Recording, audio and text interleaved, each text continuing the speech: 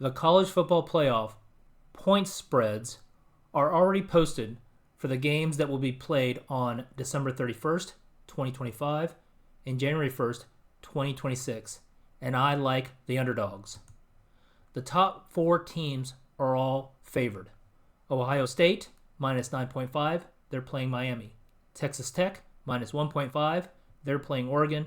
Indiana, minus 7, they're playing Alabama. Georgia, minus 7, they're playing Ole Miss. I like the underdogs in all 4 games. Miami, plus 9.5, Oregon, plus 1.5, Alabama, plus 7, and Ole Miss, plus 7. I especially like the point spreads for the underdogs where they have 7 or more points. Miami, plus 9.5, Alabama, plus 7, Ole Miss, plus 7. A significant effect that the top 4 teams must deal with is rust. I make a whole separate video about the rust effect in the college football playoffs. In last year's playoffs, in the 2024 season, all 4 teams with a bye who had approximately about 25 days off, they all lost their games, likely due to the rust effect, loss of flow, loss of momentum. And they especially underperformed in the first half of the game. In 3 of the 4 games, the team that was the lower seeded team, the team that had played recently, covered the point spread. So if you look at my channel, I have a whole video outlining that. But bottom line, the bye is bad and the rust is real. Also, the underdogs in the final 4 games, in the quarterfinal games, played on December 31st and January 1st, have performed well on the December 20th games. And it is very reasonable to assume that they will cover the point spreads. Oregon and Ole Miss took care of business against Tulane and James Madison. Miami had a competitive game against Texas A&M. The story with Miami is they have a very impressive defensive line. Their D-line is their strength. They have an experienced quarterback in Carson Beck, who transferred from Florida. And watching the game, Miami had players step up. Wide receiver Malachi Toney, who is electric, and they have a powerful running back in Mark Fletcher. So they have a power run game and a dynamic wide receiver. Considering the rust effect, is it reasonable to assume that they will cover a point spread of 9.5? Yes. Alabama showed resilience. Resilience is the word for Alabama. So they were down 17-0, and they tied it up at the half, and they won the game. And what Alabama showed is they definitely are still Saban's team, but they're a hybrid now. They're becoming Kalen DeBoer's team too. So you're seeing a hybrid of Saban and Kalen DeBoer in this one team, but they are extremely resilient. And maybe they won't dominate, but they figure out ways to win. And they keep fighting. Very similar to Indiana. Now, one concern with Indiana, besides the rust effect, Indiana is going to play Alabama, but they will likely be out one of their key defensive players, Stephen Daly, who's on their D-line. This is a significant injury because Indiana, compared to Alabama, has less depth than Alabama. So they really leaned on their starters. So having one of their key starters on the D-line be out is a problem. But Alabama showed resilience, and they're getting 7 points. What's more likely, that Alabama will cover the point spread of +7, or that Indiana is going to beat them by 7 or more points? Alabama +7.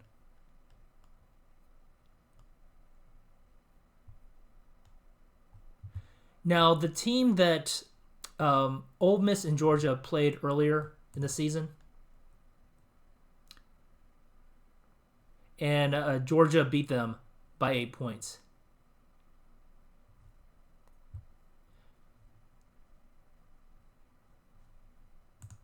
But they have most of, even though Ole Miss lost their head coach, they have most of their offensive and defensive coordinators there, and the team appears to they took care of business against Tulane.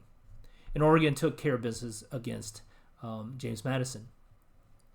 If I would pick, I would say the top 2 picks would be Miami +9.5, Indiana +7. Georgia, I think Kirby Smart and Georgia, they're playing at a high quality level. They're the most likely to cover, but +7 +7 is a nice margin to have for Ole Miss. But Miami +9.5 and Alabama +7 are the top 2 picks. Now, in my video on the rust trend in the college playoffs, the advantage for the underdog is in the first half. So when the first half lines are available, Miami first half, Oregon first half, Alabama first half, Ole Miss first half, maybe even in a parlay. Also, if you look at last year's playoff, because of the rust, the top teams that had a bye had very low scoring first halves. In fact, three of the teams scored 0 points in the first quarter. One team, Arizona State, scored 3 points in the first quarter. And in the first half, the top teams with a bye scored 8 or less points. So the first half is where that rust effect is going to take effect.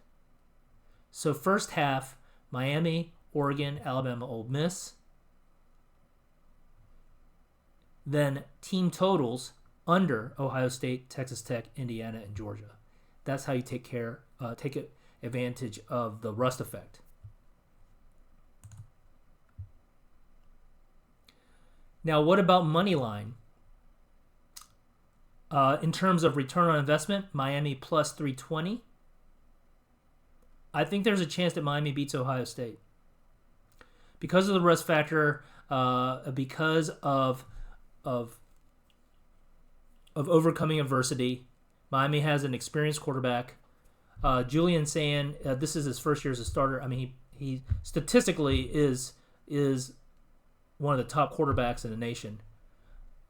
But Miami has a chance to win to beat Ohio State. Remember, last year in the playoffs, all of the teams with the byes lost their quarterfinal games. Alabama +210. I think Alabama can beat Indiana. The one that I am less certain about is I don't think Ole Miss is going to beat Georgia. I think Kirby Smart's too good of a coach, and you saw what they did to Alabama in the SEC championship. But Moneyline, Miami, Alabama, Miami +320, Alabama +210 are a good return on investment. So this is 10 p.m. December 20th, 2025. The first round of the playoffs were concluded, and so these are the opening lines for the quarterfinal games that will be played on December 31st, 2025 and January 1st, 2026. And if you want to get more information on the rust factor, look on my channel for the video that discuss with the thumbnail buy equals die and rust, because buys are bad and the rust effect is real. Also, make sure you take a look at the injuries. The injury reports. The best place to look for injury reports are on covers.com.